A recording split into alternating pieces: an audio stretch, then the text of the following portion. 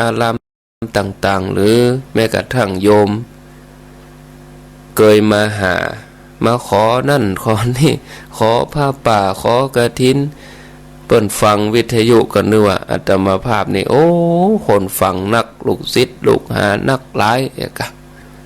แต่คนที่เปิ้นเคย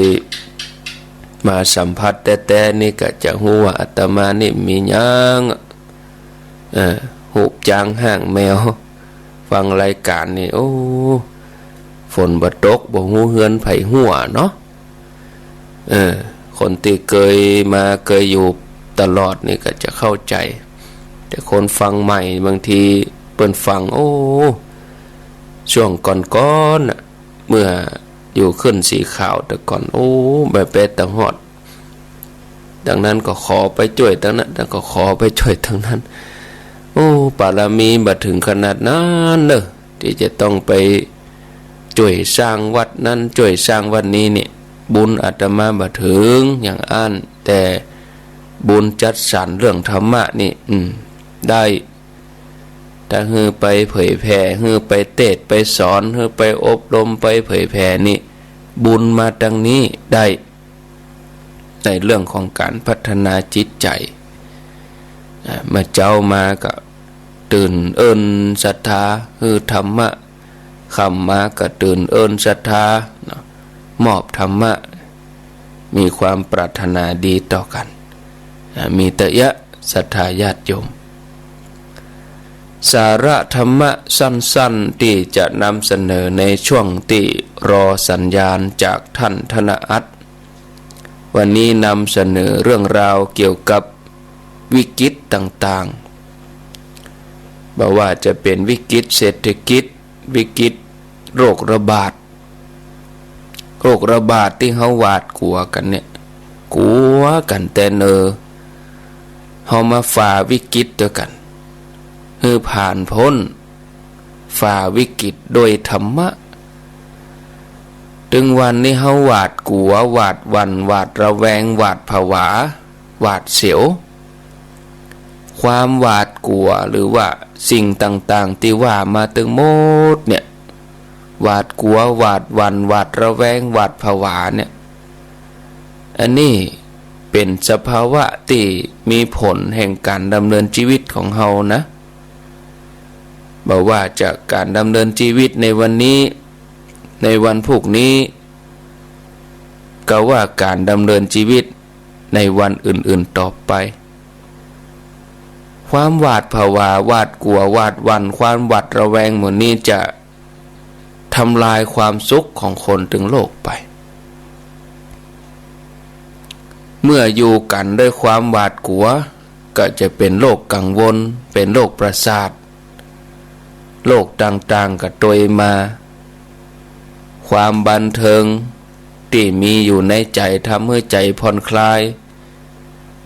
ศรัทธาญาติโยมก็หายไปแต่ถ้าบ่มีความบันเทิงมนุษย์บางทีก็ซ่อหาที่เปิ่งอย่างอื่นซ่อหายาเสพติดยากล่อมประสาทยานอนหลับเป็นเครื่องผ่อนคลายที่หมอกระงับหมอบยับยั้งชั่วคราวโดยที่บ่ได้ทำให้สุขภาพจิตสุขภาพใจของเฮาดีขึ้นก็เลยมีคำถามตัวมาว่า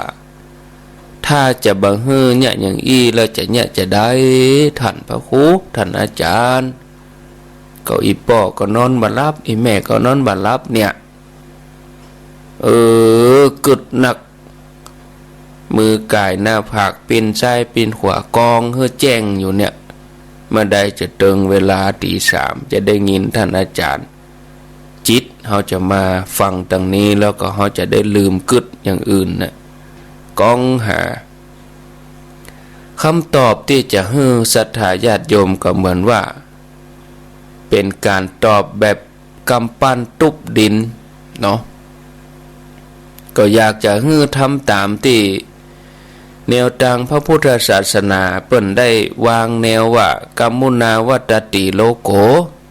สัตว์โลกย่อมเป็นไปตามกรรมคำว่าสัตว์โลกก็คือเหมือนเดียวกันหัวเพียงกันหมด บอกว่าคนทุกข์คนยากพระสงฆ์องค์เน้นศรัทธาเศรษฐีขหบดีข้าราชการประชาชนเป็นไผก็ตามก็เป็นสัตว์โลกเหมือนเดียวกันเมื่อเฮาเกิดมาเฮาเป็นสัตว์โลกเฮาก็ต้องตกอยู่ในกฎแห่งกรรมนะถ้าแผ่นดินถล่มก็ตายกันหมดบอกว่าไผเนาะอย่างเมื่อคืนเฮาก็เข้าคืนเหมือนกันหมดดุเมื่อวันกับเมื่อวันเหมือนกันหมดเนี่ยเดือนเนี่ยเวลาตีสามปลายกับตีสามปลายเหมือนกันหมดเนี่ยนะบางเฮาก็เขาอะจะโทษภัยมันได้ต้องเกิดว่าเมื่อห่วมสร้างกรรมร่วมกันมาก็ต้องห่วมกันรับกรรมอะกะมันมีเหตุการณ์จากคนที่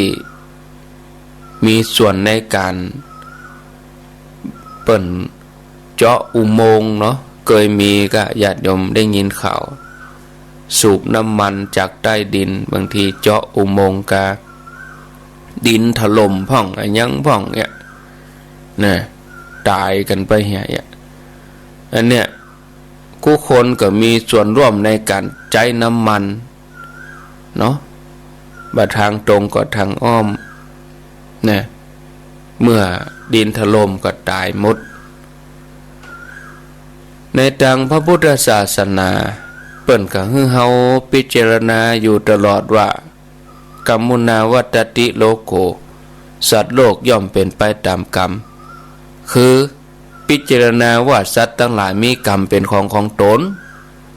มีกรรมเป็นเผ่าพันธุ์มีกรรมเป็นกำเนิดมีกรรมเป็นที่พึ่งอาศัยสัตว์เหล่าใดทำกรรมใดไว้ดีก็ว่าเลวก็ต้องได้รับมรดกแห่งกรรมนั้นฝนตกก็เปียกหมดออกจากแดดก็ร้อนเขาจะเลือกฮับเฉพาะกรรมดีอย่างเดียวมันเป็นไปมันได้หรอกต้องฮับ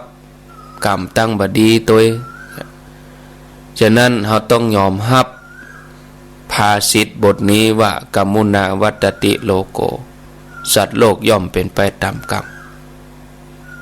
เท่ากับว่าถ้าเขายอมฮับภาษิตบทนี้ก็เป็นการ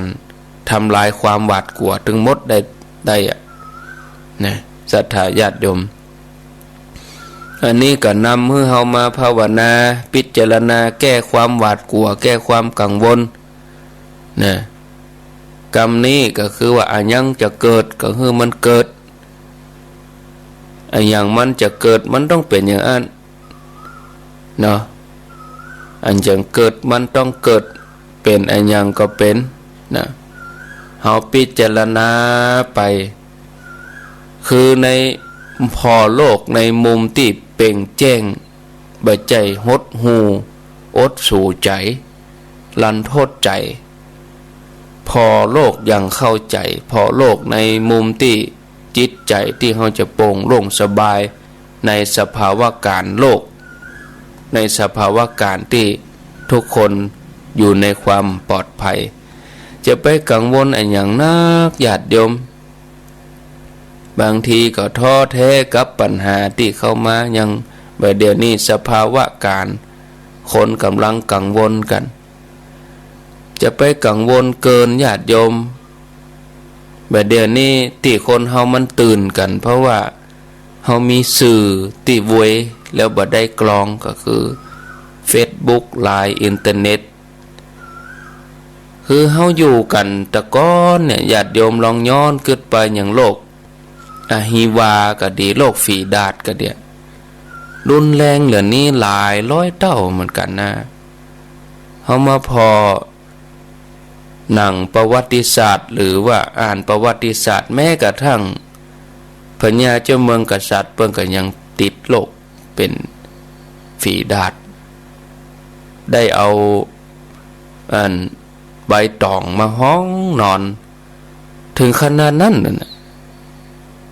แล้วก็ติดง่ายด้วยนะและทีนี้เขาก็บ่ได้ตัวข่าวที่เป็นความจริงบางทีหมู่ Facebook หมู่นี้เขาก็